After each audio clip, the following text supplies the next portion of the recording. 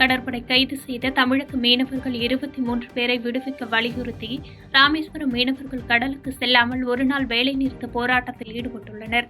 மீனவர்களின் ஒருநாள் வேலைநிறுத்த போராட்டத்தால் இன்று மட்டும் சுமார் 1 கோடி ரூபாய் மதிப்பீட்டில் வர்த்தகம் பாதிக்கப்பட்டுள்ளது.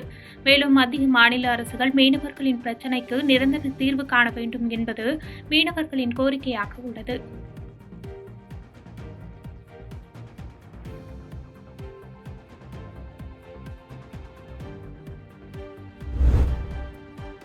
புதுக்கோட்டை நகராட்சிக்குட்பட்ட 42 வார்டுகளுக்கும் 285 பணியாளர்கள் தூய்மைப் பணியில் ஈடுபட்டு வருகின்றனர். இந்த நிலையில் கடந்த 1.5 மாதங்களாக அவர்களுக்கு ஊதியம் வழங்கப்படவில்லை என்று கூறப்படுகிறது.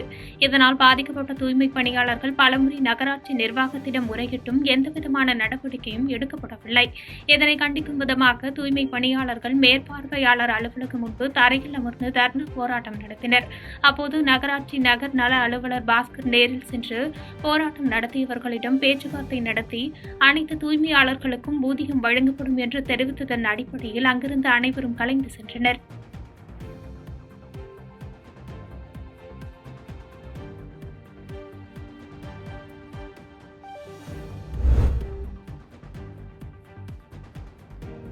ராணிப்பேட்டை மாவட்டம் வாலச்சா ஆவரைக்கரை பிள்ளையார் கோவில் தெருவில் வசித்து வரும் எம். சேகர் என்பவரின் மகன் ருத்ரா கோட்டி ஓட்டுநரான இவர் நேற்று அதிகாலை 4:30 மணியளவில் ஆவரைக்கரை அருகே இருசக்கர வாகனத்தில் சென்று கொண்டிருந்த போது விபத்தில் சிக்கினார்.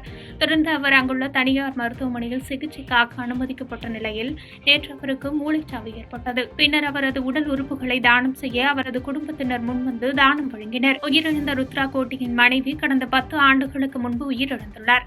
மேலும் அவருக்கு 3 மகள்கள் மற்றும் 1 மகன் உள்ளனர் என்பது குறிப்பிடத்தக்கது.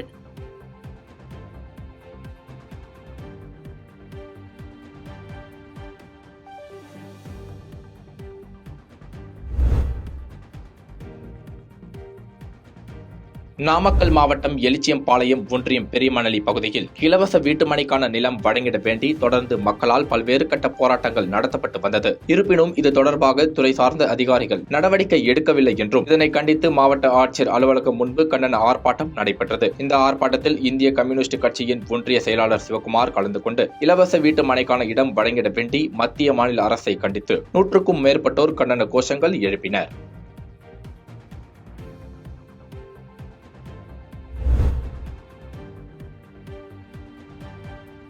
மகாத்மா காந்தி தேசிய ஊரக வேலைவாய்ப்பு திட்டத்தில் இருந்து 13 கோடி தொழிலாளர்களை நீக்கி வேலையை பறித்ததாக மத்திய அரசை கண்டித்து தேனி மாவட்டம் பெரியகுளத்தில் அகில இந்திய விவசாய தொழிலாளர் சங்கத்தினர் ஆர்ப்பாட்டத்தில் ஈடுபட்டனர். மேலும் நத்தம், புறம்போக்கு பகுதிகளில் வீடு கட்டி குடியிருக்கும் மக்களுக்கு பட்டா வழங்கிட வேண்டும் என்று தமிழக அரசை வலியுறுத்தி கோஷங்கள் எழுப்பப்பட்டது. இந்த ஆர்ப்பாட்டத்தில் முன்னாள் பெரியகுளம் சட்டமன்ற உறுப்பினரும் அகில இந்திய விவசாய தொழிலாளர் சங்கத்தின் துணைத் தலைவர் லாசர் தலைமையில் 100க்கும் மேற்பட்டோர் பங்கேற்றனர்.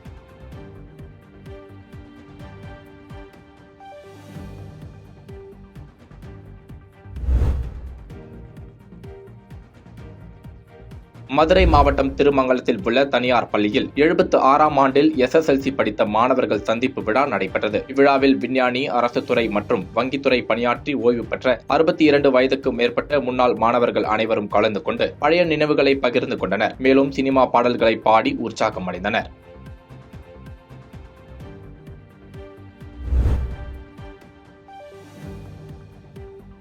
தேனி மாவட்டம் சின்னமனூர் ரவுண்டானா பகுதியில் அகில இந்திய விவசாய தொழிலாளர் சங்கத்தின் சார்பில் 8 அம்ச கோரிக்கைகளை வலியுறுத்தி கண்டன ஆர்ப்பாட்டம் நடைபெற்றது. அதில் குறிப்பாக கோடிக்கணக்கான ஊரக வேலை திட்ட தொழிலாளர்களை வெளியேற்றும் திட்டத்தை சீர்குலைக்கும் அபாயத்தை கண்டித்து கோஷங்கள் எழுப்பப்பட்டது.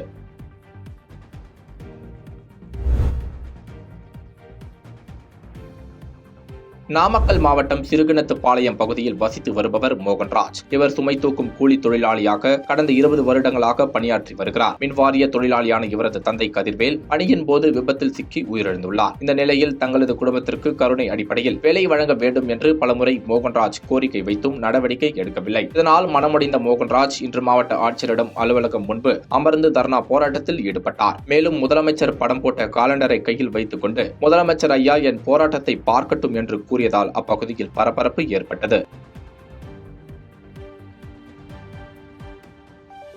பாதகம் செய்பவரை கண்டால் நாம் பயங்கொள்ளலாகாது பாப்பா, மோதி மிதித்து விடு பாப்பா, அவர் முகத்தில் உமிழ்ந்து விடு பாப்பா. அண்மை செய்திகளை உடனுக்குடன் தெரிந்து கொள்ள இணைந்திருங்கள் இயம்நாடு தொலைக்காட்சியுடன்.